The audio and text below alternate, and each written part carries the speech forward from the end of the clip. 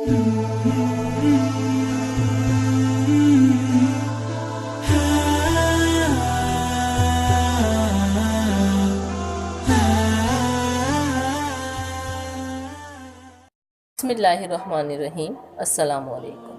उम्मीद है आपने हमारा चैनल सब्सक्राइब कर लिया होगा।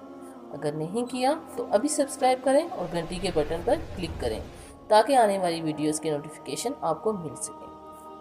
एक बस्ती में एक बदकार ताइफ रहती थी।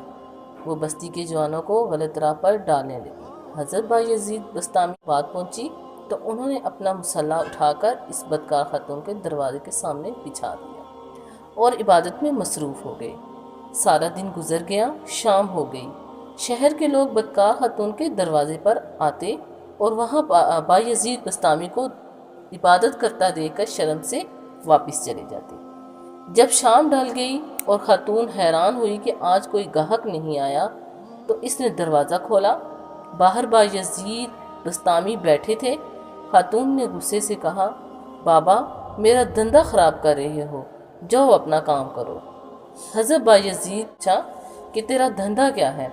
औरत बोली, गाहक मुझे कीमत देता है, फिर इसकी जो मर्ज़ी हो वो मैं करती हूँ।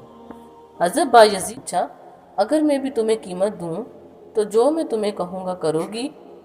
औरत ने हाँ कर दी।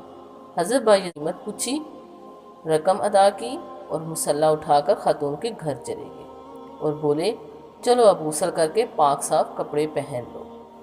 औरत ने हुक्म की तामील की। बायज़ीद बस्तामी मुसल्ला बिछाया और फरमाया, अब अल्लाह के हुजूर इबादत के लिए खड़ी हो जाओ।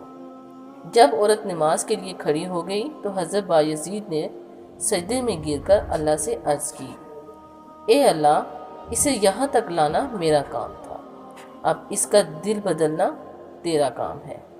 इस तरह उस औरत ने तौबा की और इंतहाई नेक और पारसा औरत बन गई।